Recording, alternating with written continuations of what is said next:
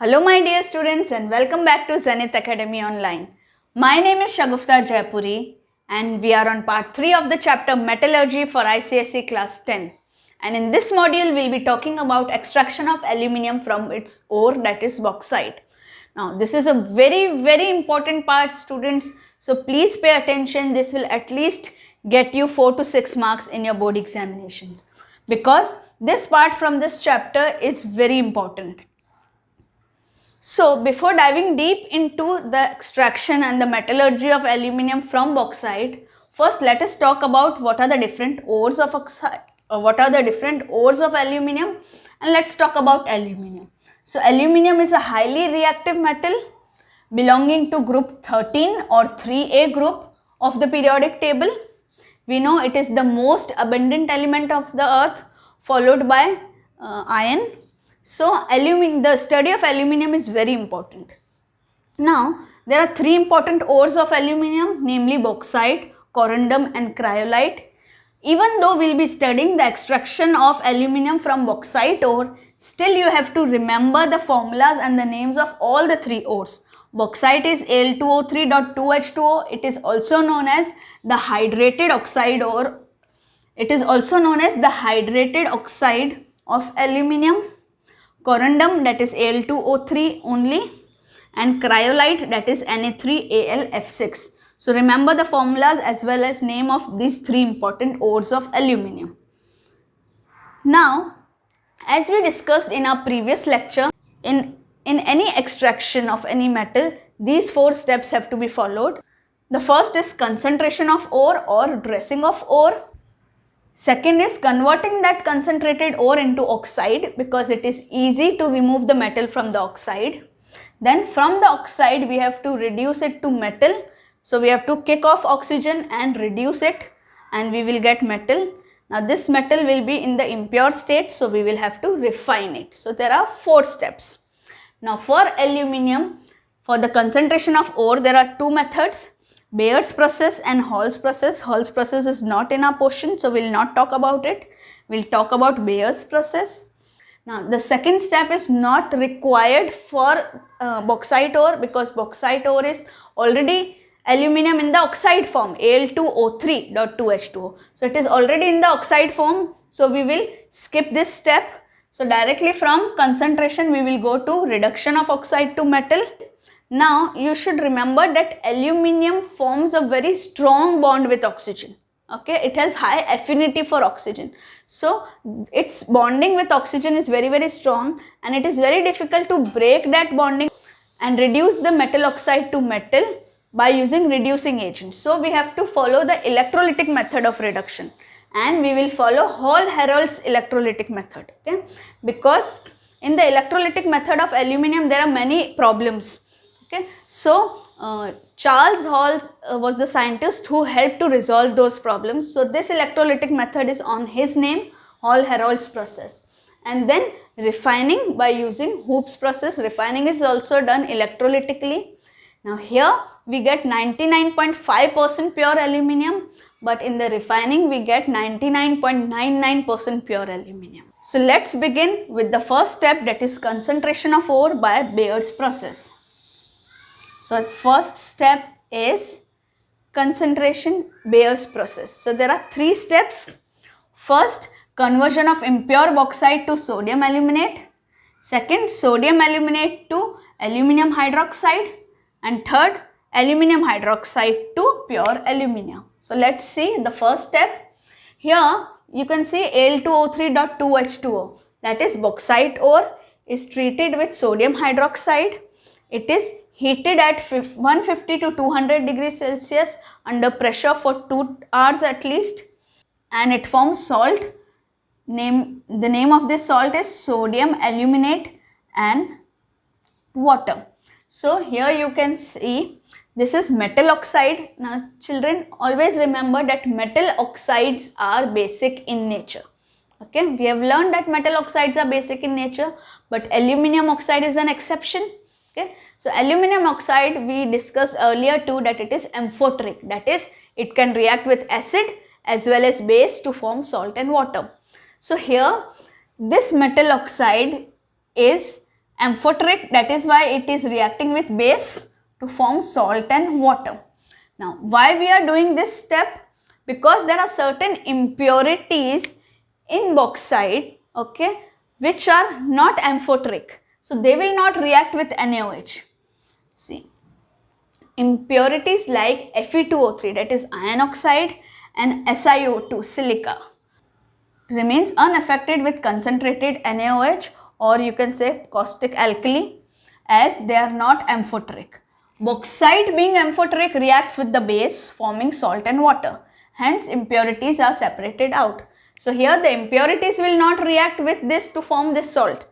Okay, only bauxite being amphoteric will react and will form this salt and water. So now we will take only this salt for the further steps, and in this salt the impurities are automatically filtered out because they have not formed this salt, correct? So now the second step, we will take this salt, that is sodium aluminate, okay, and we will dilute it, okay, heat it at 50 to 60 degrees Celsius. Now here there is an important step when we are diluting this to precipitate out NaOH and sodium hydroxide. Here initially in the reactant we will add certain crystals of aluminum hydroxide. Now you might think that aluminum hydroxide is in the product side, then how come we are adding it here? Okay, so there is a process known as seeding. In this you add a small crystal of certain element or metal or any compound that you want to precipitate out or you want to crystallize it out. Then you have to take a small amount of it, and then the crystals of that particular element or that particular substance will form around it. It becomes easier to precipitate that thing out or to crystallize that thing out. This phenomena you must have also observed in formation of clouds and the formation of rains, okay, that around a single droplet the other droplets stick together and they precipitate out, okay. So even in the formation of clouds and in the formation of raindrops, this seeding process is employed. So here also, when we are diluting this sodium aluminate with water, we add certain crystals of aluminum hydroxide in order to precipitate it out very easily. Okay, so when sodium aluminate is reacted with water and certain crystals of aluminum hydroxide is added and it is heated at 50 to 60 degrees Celsius, we get sodium hydroxide and aluminum hydroxide. Now this aluminum hydroxide being insoluble in NaOH will get precipitated out. We can filter it and then dry it. So sodium aluminate is diluted with water and crystals of AlOH3 are added to it to further precipitate out AlOH3, that is aluminum hydroxide, and this process is known as seeding. Now the third step, we will take this aluminum hydroxide which we have filtered out and dried. Now we will ignite it. So when we ignite it in a furnace at a very high temperature, we form aluminum oxide. So hydroxide gets converted into oxide and water is removed. So now we have got this Al2O3. Now please remember, we had taken Al2O3.2H2O, which is bauxite, and we have got Al2O3, which is termed as alumina. Now this is in the pure state because we have removed impurities like Fe2O3, SiO2, etc. and the earthy impurities, and we have got pure Al2O3, that is alumina. Here you can see there was a water of crystallization attached to it, but here the water of crystallization is not attached to it anymore. So we have got alumina, that is Al2O3 in the pure state from first step, that is Bayer's process, that is concentration of ore. Now the next step for metallurgy, that is concentrated ore to oxide, is not required because we have got the ore in which form? Al2O3, that is already in the oxide form. So now we will follow the third process, that is reduction of oxide to metal. Now since it will be an electrolytic reduction, the name is Hall-Herold's process. Let us study the reduction process very well. Now here this is the electrolytic cell. Okay, can you see the iron or the steel vessel? There is an iron or a steel vessel which is lined with carbon, that is carbon gas. Okay, now this is connected to negative terminal of the battery. This will act as cathode. Now there are many carbon anodes, okay, many graphite rods or carbon rods which are attached to positive terminal of battery. It will act as anode. Okay, now this is the electrolyte. The electrolyte has these three things: fused alumina, cryolite and fluorspar in the ratio of 1:3:1 by weight.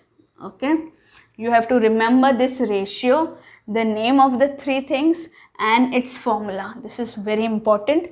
Now why we have used these three mixtures? Okay, what we had got in the last step was Al2O3. We could have taken only this in the electrolyte and started, but there are a lot of difficulties faced by using only this. The first is aluminum oxide itself is almost a non-conductor of electricity. Okay. Also, its melting point or the fusion temperature is very high, that is 2050 degrees Celsius. So it is very difficult to reach that temperature. Also, the mobility is very less. So using cryolite and fluorspar solves this problem. They lowers the melting point, make it a good conductor of electricity, and it acts as a solvent. So we'll talk about all three of them in detail. Right now we'll see that when we pass electricity through this electrolyte mixture, what happens. So we'll take one by one. So aluminum oxide, when electricity is passed through it, it forms ions Al3+. 3 plus is the valency of aluminum and valency of oxide is 2-. Okay. Now since there are 3 atoms, so we'll write 3 here, 2 atoms, so we'll write 2 here. Right. Next is cryolite, which is Na3Al(F6). Okay. So Na, what is the valency? +1. Aluminium valency is +3 and fluoride valency is -1. But how many sodium? 3. So we'll write 3. Aluminium is 1 and fluoride is 6. So these are the ions. Next, fluorspar CaF2. When current passes through this, it will form calcium ions. Now calcium is 2+ and fluoride ion. Being halogen, the valency is -1, but there are 2 atoms, so 2. This way we will first form the ions. Now see what will happen at cathode and anode. Now if you see, students, which ions will go towards cathode? So these are the different ions which are there in the electrolyte. So positive ions will go towards cathode. So which are the positive ions? Aluminium, sodium and calcium. These three are the positive ions which will move towards cathode, because cathode is which terminal of the battery? Negative. So all the positive ions will go towards cathode. But out of these three, which one will get discharged? Remember in electrolyte chapter, I had told you the element which is there lower in the electrochemical series will get preferentially discharged. So out of all three, aluminium is lower in the electrochemical series. So aluminium will get discharged at cathode. So aluminium is 3+. Okay. So it will accept 3 electrons and it will form aluminium atom. Okay. Now this aluminium is 99.5% pure. Okay. It will go towards cathode, and since it is heavier than the electrolytes, it will settle down here. Okay. Can you see the lower layer? And it can be taken out by opening this plug. Okay. So this way at cathode aluminium is found. Now what happens at anode? So if you see anode, negative ions will go, oxygen is there. Okay. Fluorine is there, this is -1 and this is again fluoride. So out of fluoride and oxide similarly will go and gets preferentially discharged. So this is O2-, and since there are 3, so one O2- will lose 2 electrons. Okay, so 3 will give 3 into 2, 6 electrons. Now students, while writing these reactions during exam, you have to remember that if there are 6 electrons here, okay, equally this number of electrons should be same here, because the number of electrons gained should be equal to number of electrons lost during an electrolytic reaction. So we will make it as 6. If we will make it as 6, we will have to take 2 atoms of aluminium, 2 ions of aluminium to form 2 atoms. So these 2 has to be same. Okay, so you will change the reaction accordingly. So 3 oxide ion will give out 6 electrons to form 3 nascent oxygen. Okay, now 3 more of this type of nascent oxygen will form 3 oxygen gas. So this oxygen gas is formed at anode. Now this will go, oxygen gas will go here and will get released. Okay, it will go travel towards anode, because anode, it is formed at anode, so it will leave. So here it might react with the carbon as well, but right now what we have to remember, that these 3 were the electrolyte. Okay, they dissociated like this. Okay, at cathode aluminium got discharged and formed metal. At anode we formed oxygen. Okay, so at cathode it settled down, the molten aluminium settled down. Now why it is molten? Because it is at a temperature of 950 degree. Okay, this setup is at a temperature of 950. 100 amperes current is passed in this setup, and the voltage or the potential difference is 6 to 7 volts. So this is what happens in this process. I hope you have understood the process. Now there are many questions that are asked on this process. Let us deal with them. The first question is, why alumina is electrolytically reduced? I have already told you that Al2O3 is a highly stable oxide, and aluminium has a strong affinity for oxygen. Hence, it can be reduced to aluminium electrolytically only and not by reducing agents. The next question is, what are the difficulties faced during electrolytic reduction of alumina? I told you previously that when electrolytic reduction was planned, there were many difficulties that came into picture. And these difficulties were removed by suggestions by Charles Hall. That is why the process is named after him. So what were those difficulties? Now fused alumina is almost a non-electrolyte. I told you it is a non-electrolyte, it will not conduct electricity, and hence has a melting point around 2050 degrees Celsius. This is the melting point of alumina. Now we know that for electrolysis to happen, the electrolyte has to be either in aqueous state or in molten or fused state, right?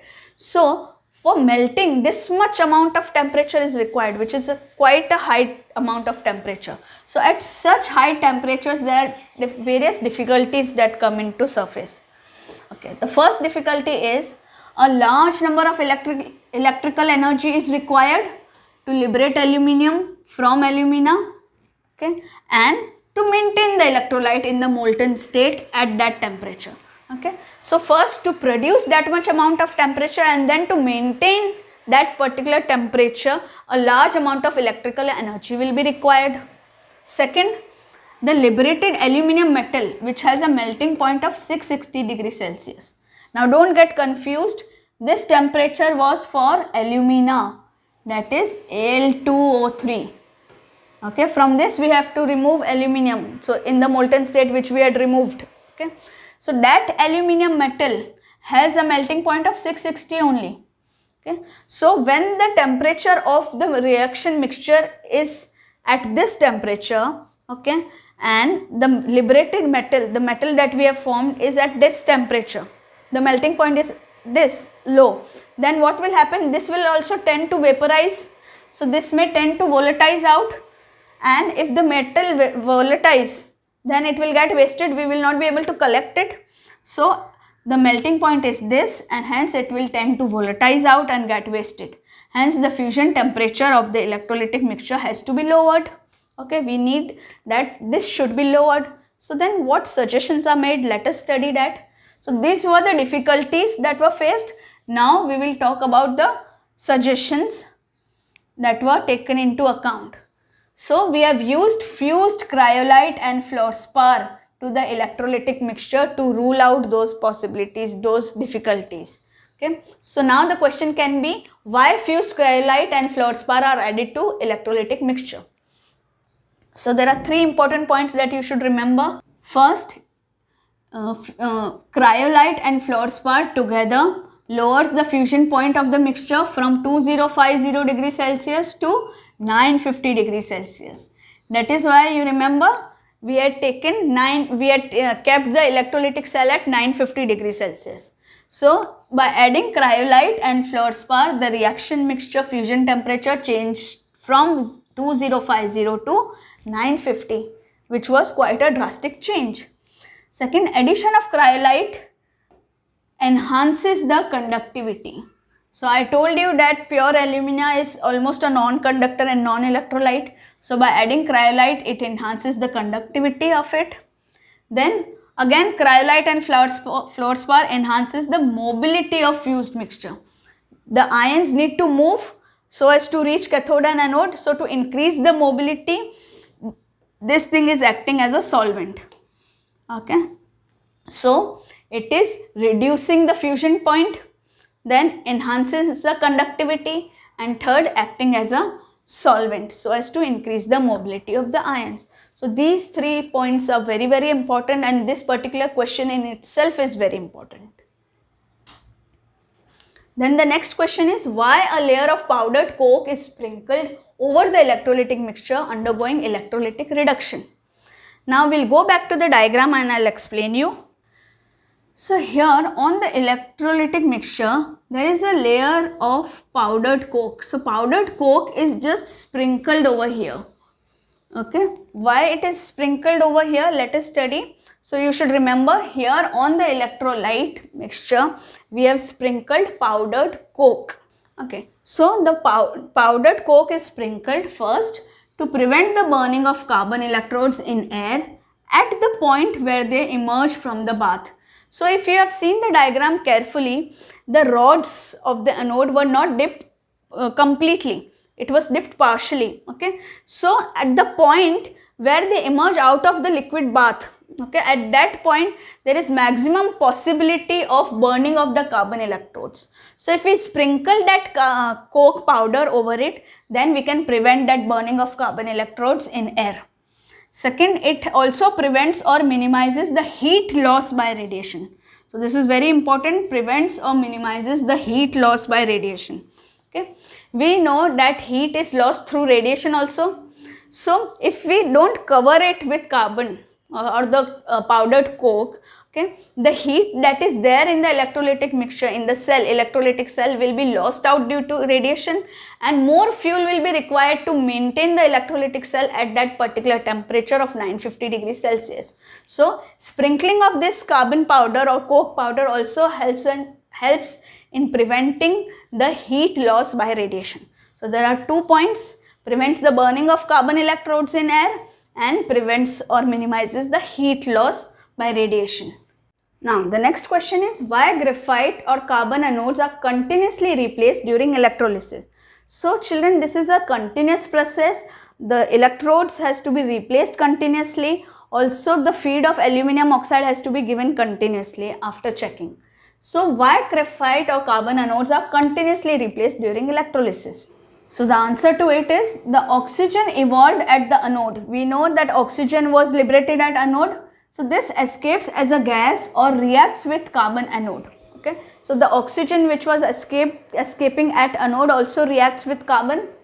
Now the carbon anode is thus oxidized to carbon monoxide, which either burns giving CO2 or escapes out through an outlet. Okay. So this carbon that is an anode, the anode rods, reacts with this oxygen which is liberated and forms carbon monoxide. This carbon monoxide may also get burned with oxygen to form carbon dioxide gas. So in this way, this carbon keeps on getting depleted and forming carbon monoxide or carbon dioxide gas. Thus the carbon anode is hence consumed and renewed periodically. So since it is getting consumed, it has to be renewed periodically. Now the last process is refining. So in the earlier process, the aluminum that we have got, the molten aluminum that we have got is in 99.5% purity. Now we want to refine it to get more pure aluminum, that is 99.99 or 99.9, that is 999 purity or 49 purity. So for getting that, there is a process known as Hoops process. So Hoops process is not in detail for ICSE class 10. You just have to remember the name, but I will tell you in short what happens in Hoops process. So here this is the electrolytic cell for Hoops process. You can see there are 3 layers. The middle layer has electrolyte. Okay, this is the middle layer. It has the electrolyte. It is a mixture of cryolite, barium fluoride, aluminum fluoride and calcium fluoride. Okay, the lower mixture is impure aluminum, that is the aluminum that we have got in the previous step, that is 99.5% pure aluminum. Okay, this is in the lower layer. Then middle layer is electrolyte, then the upper layer has carbon cathode, and here pure aluminum is formed, which is 99.9 or 99.99% pure, and it is taken out from this tapping hole. Now what happens is impure aluminum is poured here. Okay, it goes in the last layer. Now what happens here, the reaction starts. In the middle layer there's a mixture of cryolite, barium fluoride, aluminum fluoride and calcium fluoride. So out of all the ions, the aluminum ions, okay, the aluminum ions will travel here. Why? Aluminum ions will go towards cathode, right? So aluminum 3 plus will accept 3 electrons and form aluminum metal. Okay, and it keeps on filling here. Okay, this is aluminum metal in the pure state. Now the amount of aluminum ions that is gone from the middle layer to the upper layer, the same amount of ions then is replaced here. How? From this layer. So from this layer, aluminum, okay, will give 3 electrons because this is connected to your anode. Okay, this layer is connected to anode. Okay, can you see this? This is anode. These three are connected to cathode. Okay, negative terminal. So the ions from the mixture, from the electrolytic mixture will go here. Okay, the same amount of ions will move from here to replace. So aluminum from the anode, okay, will give 3 electrons and it will form aluminum 3 plus.